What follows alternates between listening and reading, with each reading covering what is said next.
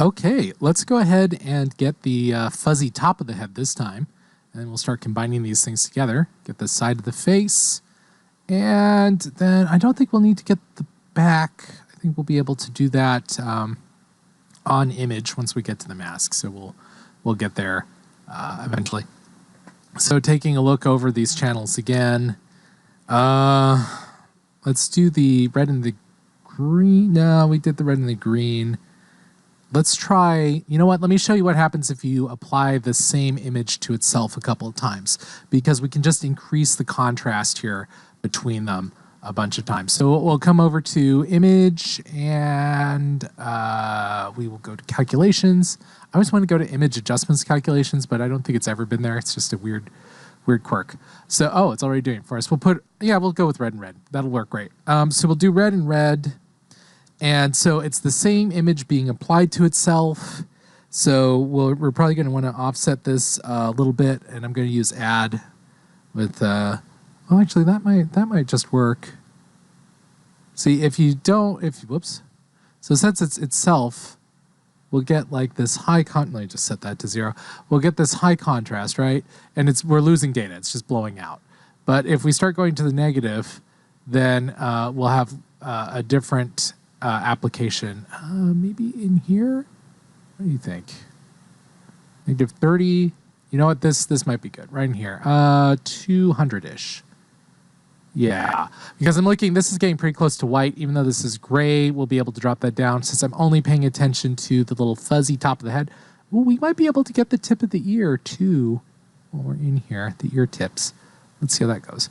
Tell it okay. So we've got a good start. By default, it created a new channel. We'll call this top of the head.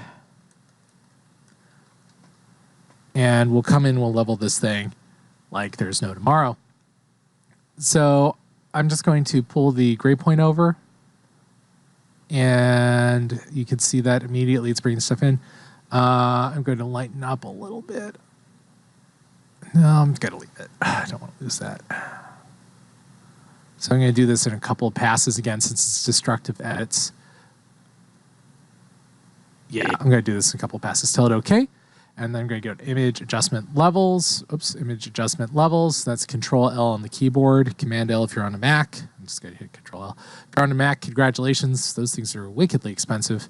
I cannot recommend them to anybody anymore just because of the absurd cost. So I'm going to clip out the bottom here. Get rid of those grays a little bit. Line them in. Maybe around in here. Oh, that's looking good. Okay. Brighten that up. And oh, look at that. Okay, we've got this down pretty tight. Tell it okay. Z on the keyboard for my zoom tool. We've got a little bit of a blob here. I'm not liking that too much, so I'm going to go ahead and do one last level.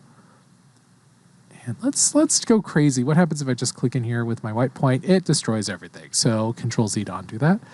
So instead, what do I really want to lose here?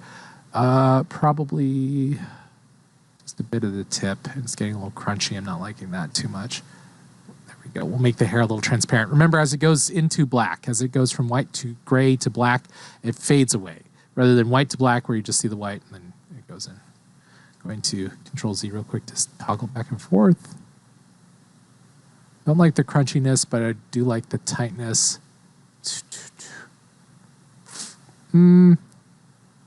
So you know what, in this case, for this little damaged blob, I'm just going to D on the keyboard for default colors, X to get black up, B on the keyboard to get the brush. Just going to shrink this down. I'm just going to brush it.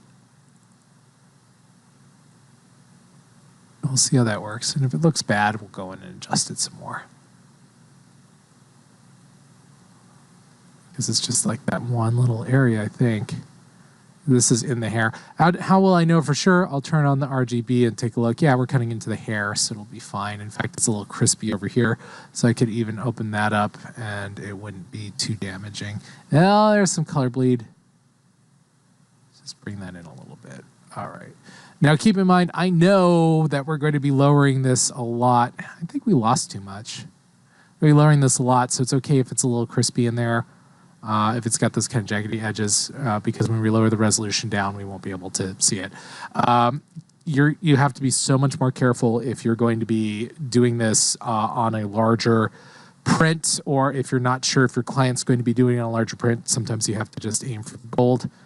I can paint white right in here though, because I know that this will just be part of my little fuzzy animal. So I don't mind what's going on in there. So zoom, zoom, zoom. Just add, yeah, did an okay job on the ear. We'll just call that a bonus. So the background though needs to be black. You notice that we've got all this white. I'm just going to take the square marquee tool, and then I'm going to do a quick background fill with Control Delete and Control D to deselect. Same deal over here. Well, unless we want the plant. What the plant look like? Oh, it's not going to matter. It's in the body. All right, so just fill that. Whoops. Control Delete, not Alt Delete. Control D to deselect. Okay, and I'm just going to pop on over to our fuzzy animal. Now, the nice thing about the square marquee tool is there's no anti-aliasing on it. It's just on-off proposition. So I'm just going to use this while I'm in here, take advantage of it. Grab some stuff. Turn off the eyeball and RGB. I'm still on top of the head. I'm going to fill with white with Alt Delete.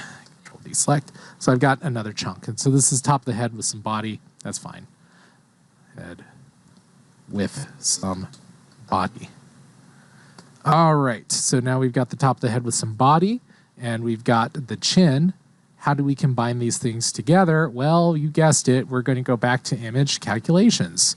And this time we're going to be working with these alpha channels, so I can do the chin and apply it to the top of the head.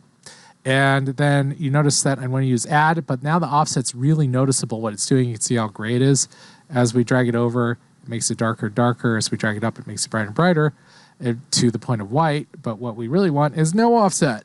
We just want to flat out add these two bits and pieces together and tell it OK. And by default, yet again, it created a new channel. And we'll call this new channel chin. It's spelled chin, chin, and top of head and body. And save that. All right. And so good job, us. Take a look. Now we just need to get this piece in. We have some bits and pieces that we need to clean up, but we can do that in just a minute. Well, we could work on it now, actually, while we've got this. So I'm going to go ahead and go in with the brush tool. I'm going to reverse that. I'm going to just plop that out. So how do you want it? How do you know if there's a piece there and you just can't see it? Like, what if your monitor was low enough you didn't know there was a spot there?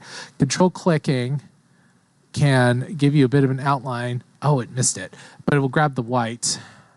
Sometimes you just have to zoom in and be careful. You can also do this.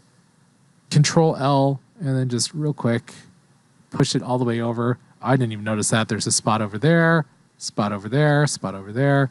So what we can is once we know where the spots are, just hit cancel and go in there, boom, and paint them all in.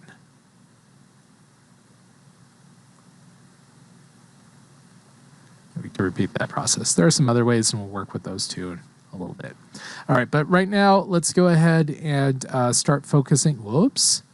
Start focusing in on the side of the head here. Then we could get the nose. Got to do a little bit of cleanup. Looks like we got some schmutz and whatever around and about. We'll get those out, and then we'll be pretty solid start. Do a little tab of cleanup on it, and we'll have a good little cutout of our little beastie. And so what I'm going to do here is just clean it up a little bit by dragging the brush around, since I know I'm inside the animal, so that we don't have to do that later. And I'm going to stop the video here and start up another one, and this other one will focus on the side of the head here. So I'm going to go ahead and save first before doing anything major. I'll see you guys next video.